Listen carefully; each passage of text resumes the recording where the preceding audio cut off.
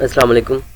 STA 100 का solution मैं आपको प्रोवाइड कर रहा हूँ असाइनमेंट नंबर 1 का 2020 का। सबसे पहले उन्होंने एक क्वेश्चन दिया हुआ था, क्वेश्चन नंबर 1। उसमें उन्होंने कहा हुआ था कि सॉल्व करें क्वेश्चन नंबर 1 को by using Cramer rule. Cramer rule का इस्तेमाल करते हुए आपने हल करना है। आपके पास एक ये वैल्यूज दी हुई थी उन्होंने, ठीक है। उसमें उन्होंने कहा हुआ था कि इसे आपने इस्तेमाल करना है और इस पर क्रैमर रूल अप्लाई करना है। तो सबसे पहले तो आपको बताता चलूँ कि आपके पास इज इक्वल टू से जो इस साइड पे वैल्यू होती हैं वो सारी एक्स वाई और जी की वैल्यूज होती हैं, ठीक है। जो एक्स वाई और जी की वैल्यूज होती हैं इसे आप ए मैट्रिक्स के बराबर रखते हैं कि ये ए के बराबर है। उसमें फिर आपने एक्स वाई और जी नहीं लिखना होता, लेकिन इनके साथ जो साइन होते हैं वो आपने साथ लिखने होते हैं, ठीक है। उसके बाद आपने ये वाली वैल्यूज लिख ली, 2x प्लस 3y माइनस जी, 4x plus 3y minus 3z, यानी ऊपर से वैल्यूज आपने यहाँ पे लिख ली। उसके बाद जो वेरिएबल इस्तेमाल हो रहे होते हैं उसे कैपिटल एक्स के बराबर रखते हैं। कैपिटल एक्स बराबर है एक्स वाई जी, जो भी वेरिएबल इस्तेमाल हो रहे थे।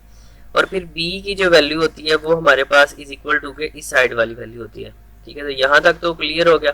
उसके बाद क्या है कि सबसे पहला जो काम इसमें करना होता है वो ये है कि आपने a का डिटर्मिनेंट लेना होता है। डिटर्मिनेंट ऑफ a जब आपने लेना है तो पहली चीज को आपने यानी R1 को अगर आप एक्सपेंड करें पहली एंट्री को, तो पहली रो और पहला कॉलम आपने छोड़ देना होता है, ठीक है। जो आप एंट्री इस्तेमाल करते हैं उसकी फिर वो रोज और वो कॉलम छोड़ देने होते हैं, बाकी को मैट्रिक्स में लिखते हैं। इन दोनों को आपस में मल्टीप्लाई करते हैं, जो एरो लगाया हुआ है, ठीक है। इनको आपस में मल्टीप्लाई करते हैं और फिर सेंटर में माइनस लगाते हैं, फिर दोनों बाकी जो दो रह जाती हैं उन्हें आपस में मल्टीप्लाई करते हैं। तो यहाँ पे जो ये माइनस लगा हुआ है ये फार्मूले का माइनस है, ठीक है। यहाँ पे मैंने बताया हुआ भी है कि ये फार्मूले का, ठीक है। यहाँ पे ये बताया हुआ है। उसके बाद फिर आपने इसे हल करना। हल करने के बाद अगर आंसर आपका 0 के बराबर नहीं आता, ठीक है, कोई और नंबर आ जाता है, तो फिर आपका ये वेरीफाई हो जाता है कि ये इसका जो सोल्यूशन है वो पॉसिबल है। फिर आपने इसे हल करना होता है, वरना फिर यहीं पे स्टॉप करके आपने लिख देना होता है कि नॉट पॉसिबल या सोल्यूशन नॉट पॉसिबल। तो डिटर्मिनेंट ऑफ ए आपके पास क्या आया कि -50 आया। अब आपने चूंकि एक्स वाई और जी की वैल्यूज मालूम करनी थी, तो x बराबर होता है determinant of A of X over determinant of A, और इसी तरह y बराबर होता है determinant of A of Y over determinant of A, और इसी तरह determinant of A of Z over determinant of A. तो यहाँ पे आपने ए ऑफ एक्स कैसे मालूम करना है, जो ए मैट्रिक्स था उसकी जो एक्स वाली इंट्रीज यानी जो एक्स वाली वैल्यूज थी वहां पे आपने बी की वैल्यू लिख देनी होती है, ठीक है। इसी तरह जब determinant of A of y के लिए यानी जब आपने मैट्रिक्स लिखना है ए ऑफ वाई, तो फिर वाई वाली जगह पे आपने वो वैल्यूज लिख देनी है, और जी की जब आपने मालूम करनी है तो जी वाली जगह पे आपने लिख देनी है। उसके बाद आपके पास ये जो मैंने इनसर्कल किए, आपने इनसर्कल नहीं करने, सिर्फ आप लोगों को समझाने के लिए मैंने इनसर्कल किया कि यहाँ पे वो वैल्यूज लगनी है। फिर इन मैट्रिक्स का आपने डिटर्मिनेंट लेना है, जो आपके पास आंसर आएगा वो आपने इस फार्मूले में पुट करना है। यहाँ पे determinant of A of x का और बाय में सबके -50 आएगा, ठीक है। फिर वो इनकी वैल्यूज जब आप पुट करेंगे तो आपके पास इन तीनों के आंसर आ जाएंगे और वो आपने आंसर लिखने हैं। इसका एक और आसान हल होता है डिटर्मिनेंट ऑफ ए का, कि आप इसे रिड्यूस करें रो एक्लन फॉर्म की वाया के 100010 की फॉर्म में बनाते हैं हम उसे, यानी ये वाली एंट्रीज को अगर आप 0 बना दें, फिर आपके पास ये R1 को एक्सपेंड करने के बाद सिर्फ और सिर्फ ये वाली चीज रह जाएगी। तो आप इसका डिटर्मिनेंट लेंगे, आप इस तरह भी इसे हल कर सकते हैं, लेकिन क्या है कि ये भी तरीका आसान है जो अप्लाई किया हुआ है। ये वाला जो माइनस लगाया हुआ है ये फार्मूले का माइनस होता है, पहली वाली एंट्री के साथ प्लस, दूसरी के साथ माइनस, तीसरी के साथ प्लस, प्लस माइनस माइनस होता है इसलिए इसी का साइन रिटर्न हुआ, और फिर चौथी के साथ फिर इसी तरह माइनस लगाते हैं। उसके बाद क्या है कि इस तरह हम किसी मैट्रिक्स का जिसका ऑर्डर 3/3 हो उसका डिटरमिनेंट इसी तरह लेते हैं हम। उसके बाद है question number 2, by using quadratic formula. हमने इसे हल करना था x square minus 2x plus 15। अब हमें पता है कि ये क्वाड्रेटिक इक्वेशन ही है क्योंकि इसमें मैक्सिमम डिग्री 2 है। अगर इससे ज़्यादा होती तो फिर हम इसे रिड्यूस करते हैं, फिर हम इसे हल करते। अब उन्होंने चूंकि कहा हुआ था कि इसे आपने क्वाड्रेटिक फार्मूला ही अप्लाई करना है, तो फिर हम इसलिए सिर्फ इसके ऊपर क्वाड्रेटिक फार्मूला ही अप्लाई करेंगे। अदरवाइज इसको हल करने के और भी 3-4 तरीके हैं, by using quadratic equation, pair बना के, फैक्टराइजेशन करके, बेशक कंप्लीटिंग स्क्वायर करके, बेशक क्वाड्रेटिक फार्मूला अप्लाई करके, यानी बहुत सारे आपके पास इस तरह हल करने के तरीके हैं।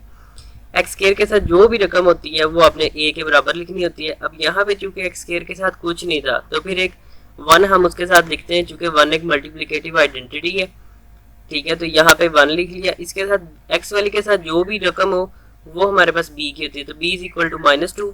इसी तरह कांस्टेंट रकम जो होती है वो हमने इसी तरह लिखनी है, सी इज इक्वल टू 15।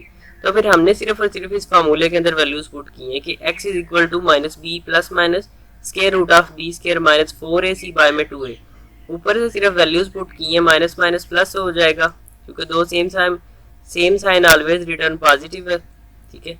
तो यहाँ पे माइनस माइनस प्लस 2 हो जाएगा। उसके बाद plus minus square root of 2 का स्क्वायर यानी -2 का स्क्वायर 4 होगा। चूंकि पावर इवन है, इवन होने की वजह से नेगेटिव का साइन खत्म हो जाता है, यानी उसे हम निगलेक्ट कर देते हैं, क्योंकि माइनस का 2 को जब हम माइनस के 2 के साथ मल्टीप्लाई करेंगे तो वो माइनस माइनस प्लस हो जाएगा और 2 2 4 होगा। तो आसान हाल यही है कि अगर पावर इवन हो तो आपने साइन माइनस का खत्म करके जो रकम होती है उसका स्क्वायर लिख देना होता है। इसी तरह 15 को 4 के साथ मल्टीप्लाई करेंगे वो हमारे पास 60 आता है, और ये चूंकि माइनस का साइन था इसलिए -60। तो यहाँ से 60 में से हम अगर 4 को सब्ट्रैक्ट करते हैं तो हमारे पास माइनस का 56 आता है।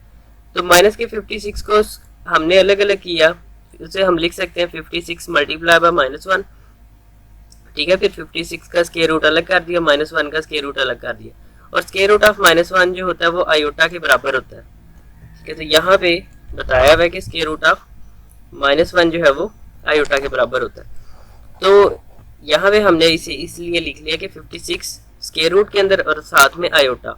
अब ये चूंकि और हल नहीं होता, अगर हल होता है तो आप इसे कर सकते हैं 2 के टेबल पे इसे और 4 के टेबल पे इसे अगर ये डिवाइड होता है, ठीक है, 4 1 जार 4 4 4 जार 16, तो आप इसे और हल करें, इतना भी आंसर काबिल कबूल है। लेकिन अगर ये हो रहा है तो इसे आप और हल कर लें, तो फिर क्या होगा कि 2 प्लस माइनस